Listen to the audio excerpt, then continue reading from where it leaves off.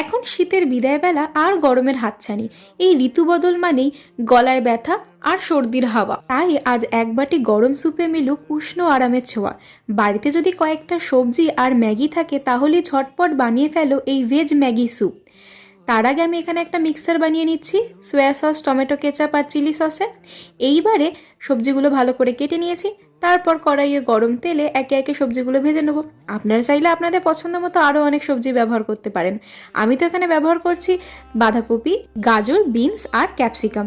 ভেজিটেবলসগুলো ততক্ষণ ফ্রাই করতে হবে যতক্ষণ না নরম হয়ে যায়। এরপরে অ্যাড করব সল্ট আর ব্ল্যাক পেপার পাউডার। স্যুপ বানাতে গেলে কিন্তু আমাদের অবশ্যই ব্ল্যাক পেপার পাউডার ইউজ করতেই হবে।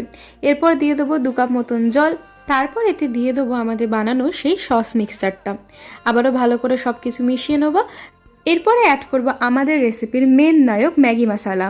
5 মিনিট মতো রান্না করে তারপরে আমরা অ্যাড করে দেবো সবার শেষে আমাদের ম্যাগি। এরপরে আরও কিছুক্ষণ অপেক্ষা করতে হবে যতক্ষণ না ম্যাগিগুলো সিদ্ধ হয়ে যাচ্ছে। ব্যাস কিছুক্ষণের মধ্যেই রেডি হয়ে গেল আমাদের ভেজ ম্যাগি স্যুপ। সবার শেষে একটুখানি ব্ল্যাক পেপার পাউডারও ছড়িয়ে দিতে পারেন। তাহলে বলো কেমন লাগলো এই রেসিপিটি, আর প্রিয় বন্ধুদের সাথে শেয়ার করতে ভুলবে না।